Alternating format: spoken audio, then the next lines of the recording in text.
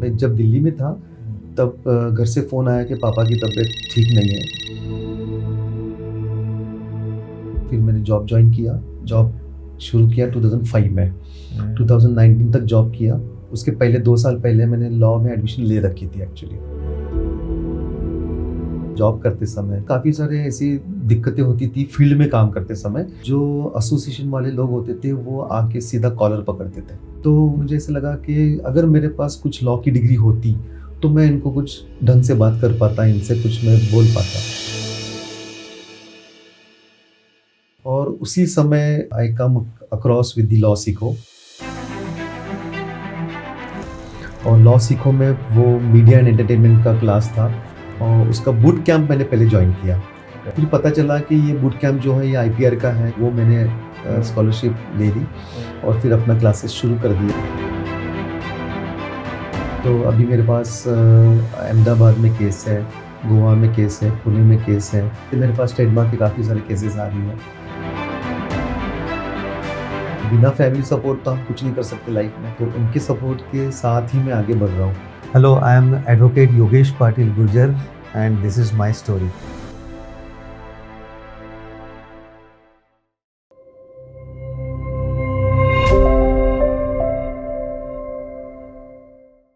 मेरा 10th जो हुआ है वो सेंट ओलासिस कॉन्वेंट स्कूल में हुआ। उसके बाद ग्रेजुएशन जो हुआ मेरा जलगांव डिस्ट्रिक्ट में हुआ। नॉर्थ महाराष्ट्र यूनिवर्सिटी पड़ती है हमारे लिए। उसके बाद वाला जो पोस्ट ग्रेजुएशन था वो पुणे यूनिवर्सिटी में हुआ मेरा। पुणे यूनिवर्सिटी से मैंने MA MBA किया हुआ है। और ग्रेजुएशन के बाद और MA के पहले मैंने UPSC की 2 अटेम्प्ट लिए हैं। UPSC सिविल सर्विसेज में मेरी इच्छा थी कि मैं IAS बनूं, तो उसमें मैंने क्लासेस ज्वाइन किए। चाणक्य मंडल और ज्ञान प्रबोधिनी करके 2 क्लासेस कोचिंग सेंटर से वहाँ मैं अर्न एंड लर्न बेसिस पे मैं पढ़ाता भी था। ये ईयर की बात है 99-2000 की बात है। मैं जब दिल्ली में था तब घर से फ़ोन आया कि पापा की तबीयत ठीक नहीं है।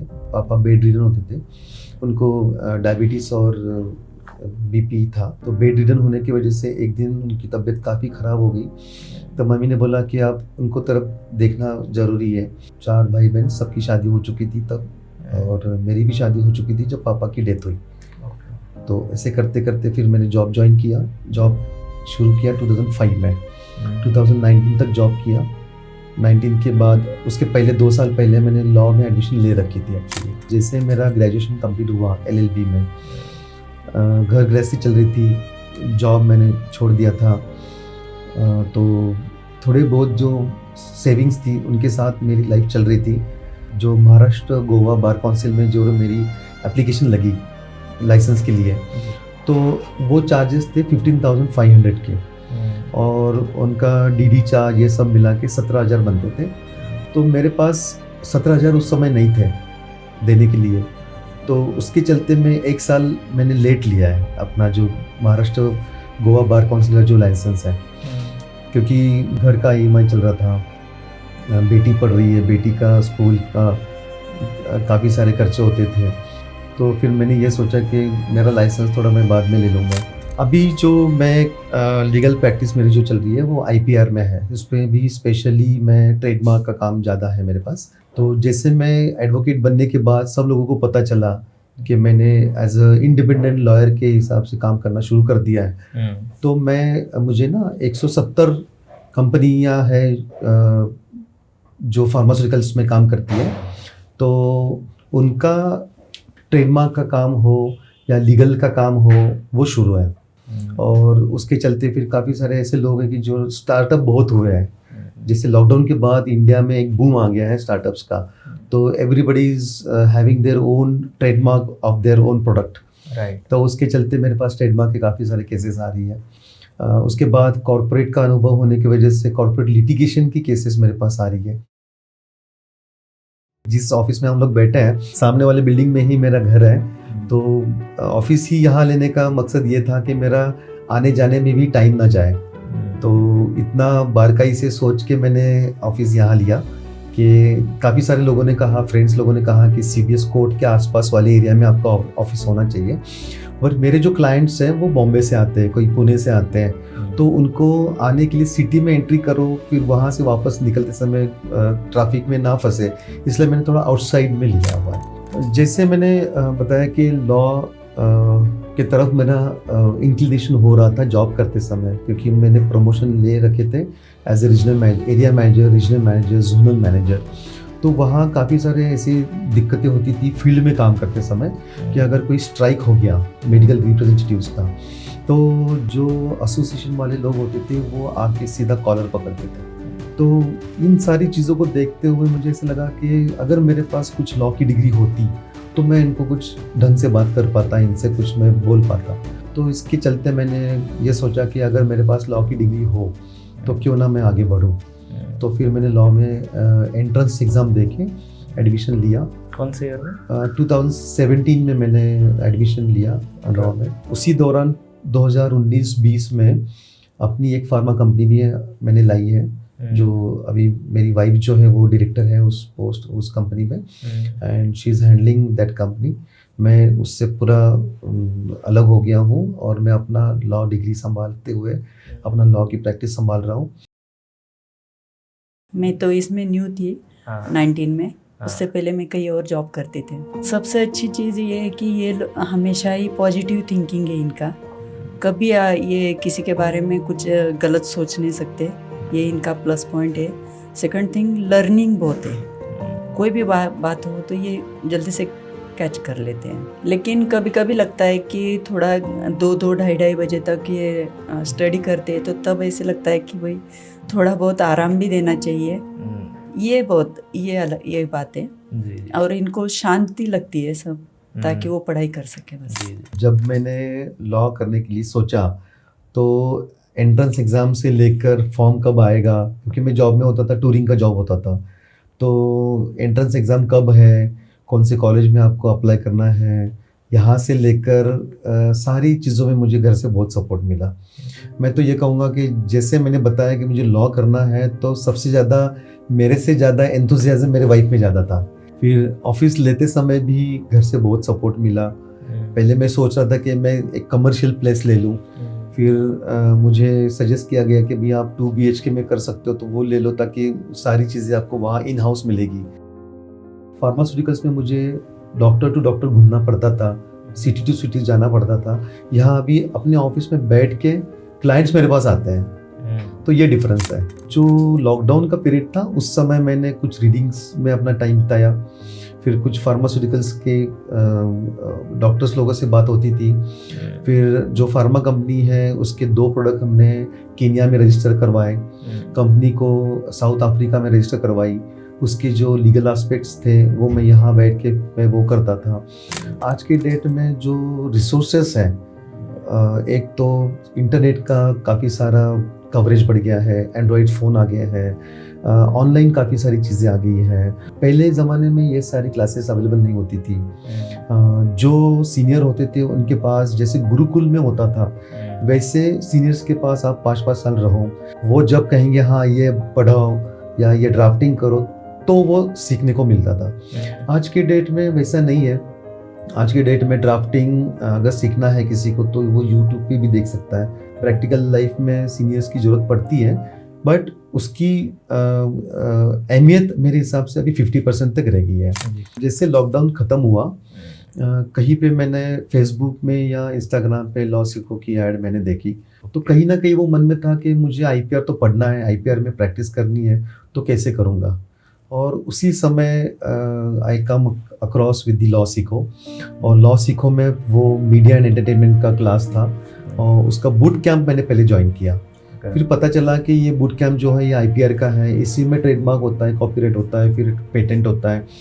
फिर मेरा इंटरेस्ट और जग गया। जैसे बूट कैंप में जो स्कॉलरशिप होती है वो मैंने स्कॉलरशिप ले ली और फिर अपना क्लासेस शुरू कर दिया।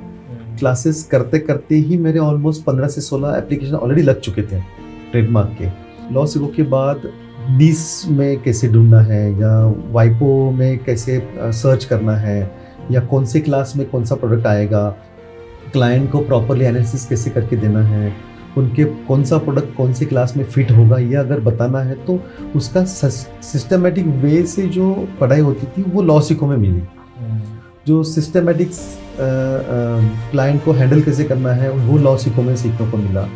फिर एक स्टेज के बाद दूसरे स्टेज में जब जाते हैं तो उसको आंसर कैसे करना है, एग्जामिनेशन रिपोर्ट आता है तो उसमें क्या लिखना होता है, अगर किसी का ऑपोजिशन आया या ऑब्जेक्शन आया तो उसमें क्या लिखना है, कैसे ड्राफ्ट करना है, ये छोटी छोटी चीज़ें जो थी वो लॉ सीखो में सीखने को मिली। स्पेशली जो मेरे मेंटर थे रणोजॉय सर, उन्होंने काफ़ी अच्छा गाइड किया। रणोजॉय मिंद्या उनका नाम है। और बूट कैम्प में तो अभ्युदय सर से इम्प्रेस होकर हमने एडमिशन ली। फिर बाद में पता चला कि मेरे जो सर्टिफिकेट्स ज़्यादा आ रहे हैं या ट्रेडमार्क में एप्लीकेशन ज़्यादा लग रहे हैं और क्लास में जो मेरा प्रेजेंस होता था, आंसर में देता था, तो एक दिन एज अ गेस्ट अपीयरेंस के तौर पे अभ्युदय सर ने मुझे एक क्लास में बुलाया ट्रेडमार्क वाले बूट कैम्प में। लॉ सीखो में ये बहुत अच्छा ट्रेनिंग दिया जाता है जो मैंने अभी तक 100% यूज़ नहीं किया है। स्पेशली फाइवर बोलो या अपवर्क बोलो या लिंक्डइन बोलो, तो सबसे ज़्यादा मुझे अच्छा लगा अपवर्क का, क्योंकि अपवर्क में जिस हिसाब से प्रोफाइलिंग होता है, अभी तक मेरा 85% प्रोफाइलिंग बना हुआ है अपवर्क का। और जो पॉल सर जो पढ़ाते हैं उनके काफ़ी अच्छे लेक्चर्स होते हैं अपवर्क के लिए। तो आने वाले 6 महीने में मैंने अपना टारगेट रखा है कि मैं अपवर्क को थोड़ा सा अपग्रेड करूं और वहाँ से भी अपना जो काम है वो इनकेश करना शुरू करूं। तो ऑल ओवर द वर्ल्ड वहाँ से काम आते हैं, तो वो एक है। लिंक्डइन में मेरा प्रोफाइल बना हुआ था। जो लॉ सीखो के जो क्लासेस है उनको सुनने के बाद मैंने उसको फाइन ट्यून कर दिया। तो अभी मेरे पास अहमदाबाद में केस है, गोवा में केस है, पुणे में केस है, क्लाइंट है मेरे, मुंबई से हैं, नासिक से हैं, फरीदाबाद से हैं। मेरे पास जो क्लाइंट है वो बेंगलोर से है, हैदराबाद से हैं। तो अभी थोड़ा मैं दूर दूर के क्लाइंट्स नहीं ले रहा हूँ क्योंकि वहाँ फोकस करना थोड़ा मुश्किल हो जाता है और क्लाइंट्स को प्रॉपर जस्टिफिकेशन भी देना ज़रूरी होता है। अगर कोई क्लाइंट मेरे ऊपर ट्रस्ट करके मेरे पास आ रहे हैं तो वहाँ के कोर्ट में जाना आना थोड़ा टाइम का इशू होता है। तो अभी मैं आफ्टर 3-4 इयर्स अपने आप को थोड़ा रेस्ट्रिक्ट कर रहा हूँ कि मैं जोग्राफिकली थोड़ा सा रेस्ट्रिक्शन कर रहा हूँ। पैरालीगल में मैंने अपने से ही 1-2 आया था काम, जो यूके बेस्ड क्लाइंट को रेंट एग्रीमेंट बना के देना था, वो मैंने बना के दिया। और यहाँ से लॉ सीखो से ही जो भी आता है अगर, तो वो मैं ले रहा हूँ। तो अभी फ़िलहाल तो एक आया था जो मैंने कंप्लीट कर दिया था। अभी जो ट्रेडमार्क के मेरे पास केसेस हैं या ट्रेडमार्क के जो एप्लीकेशन मैंने लगा रखे हैं वो ऑलमोस्ट 36 हो गए हैं। जी जी 36 ट्रेडमार्क से जो एप्लीकेशन से जो क्रॉस होके एंड प्रोसेस में आके जो सर्टिफिकेशन मिले हैं वो हो गए होंगे 14 to 15। बाकी सारे प्रोसेस में हैं।